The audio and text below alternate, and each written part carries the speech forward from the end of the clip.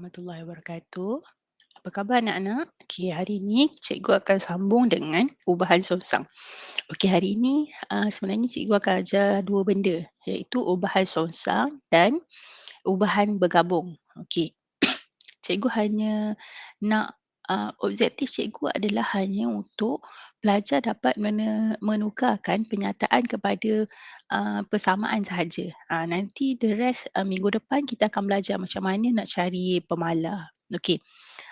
Kita start dengan ubahan songsang ya. Ubahan songsang ialah apabila perkaitan antara apabila pemboleh ubah Y bertambah, maka pemboleh ubah X berkurang dan pada kadar yang sama dan sebaliknya. Maknanya ginilah, songsang. Maknanya ada satu katalah ada satu yang tinggi, ada satu yang rendah. Kalau ubahan langsung, macam cikgu kita bincang semalam, ubahan langsung ialah dua-dua kalaulah Y meningkat, X pun meningkat. Okey, tapi kadar songsang, kalau kata songsang, apa itu songsang? Sebalik kan? Songsang ialah apabila katakanlah Y meningkat, X dia menurun. Macam tu. Okey, hubungan dia kita akan tulis sebagai Y berubah secara songsang dengan X.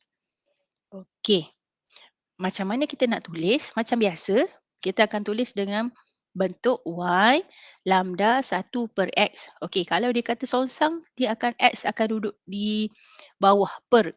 Kalaulah langsung semalam Y berkadar langsung dengan X. Dia duduk sama baris. Ni langsung. Kalau songsang, dia akan duduk di bawah. Okey.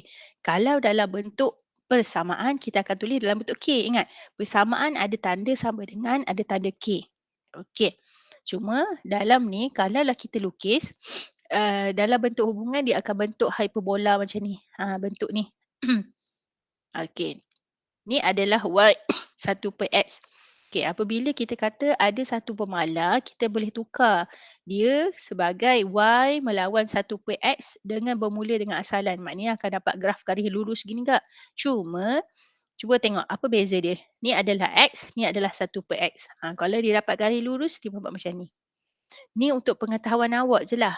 Cumanya nanti uh, setakat ini tak pernah lagi soalan dia keluar kertas 2 untuk melukis graf. Tapi kertas 1 kemungkinan. Dia fakta. Awak kena percaya soalan kertas 1 akan keluar fakta macam tu. Okey. Next.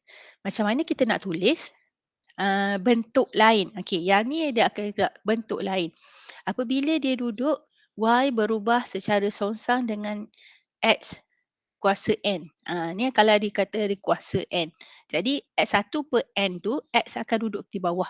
Macam tu. Okey, 1/NX. Okey. Okey, cuba kita tengok contoh. Y berubah secara songsang dengan X. Okey, mula-mula kita tulis hubungan. Y berubah secara songsang dengan X. Katalah songsang mesti ada 1/X. Okey, kalau kita tulis dalam bentuk hubungan, Y sama dengan, kalau sama dengan terus ada K. Patutnya K darab 1 dapat K lah. K/X. Okey, tu dalam bentuk songsang. Okey, apabila kalaulah cikgu tukar. Ni tercantum. Punca kuasa 2X. Okey, punca kuasa 2 macam ni. X punca kuasa 2 macam ni. Kita kena faham bentuk dia. Jadi Y berubah secara songsang. Songsang mesti 1 per punca kuasa 2X. Okey. Dalam bentuk persamaan, Y sama dengan 1 per punca kuasa, K. K punca kuasa X. Okey, ni dah bentuk persamaan. Ni bentuk hubungan. Hubungan ada lambda. Ni bentuk persamaan. Persamaan dalam bentuk sama dengan per K. Tapi nanti kalau kita nak selesaikan, kita akan buat dalam bentuk K. Okey, jap Okey, satu lagi bentuk, cuba cikgu nak terangkan ke sini. Okey, punca kuasa 2 ni sebenarnya dia kalau belajar indexes, punca kuasa tu sebenarnya dia sama dengan kuasa pecahan. Okey, jadi katalah ni cikgu ajar indexes dulu. Punca kuasa X kuasa N sama juga dengan X kuasa 1/N. 1 per tu menunjukkan bahawa punca kuasa. Okey. Jadi sekarang katakanlah punca kuasa 2 jadi X sama dengan 1/2. Macam tu. Dia sama.